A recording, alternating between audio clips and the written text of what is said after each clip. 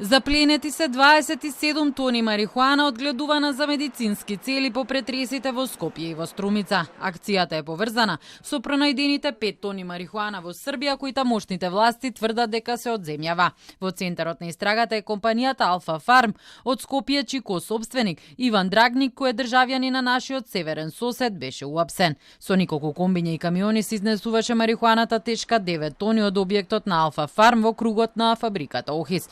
Останатите 18 тони се запленети во Струмичкиот регион од фирми поврзани со Алфа Фарм. Станува збор за најголемата заплена на марихуана од независноста на државата до денес.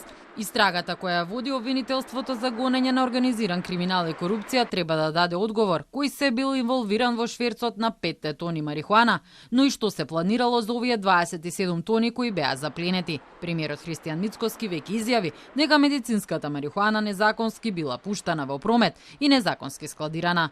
Алфа Фарм е основана во 2023 година и лиценцирана за медицински канабис во 2024.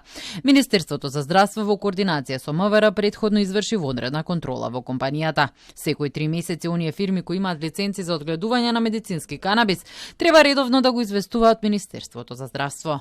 Од наша страна исто така со инспекторатот имаме годишен план, но имаме и ad hoc посети, ако тоа е потребно.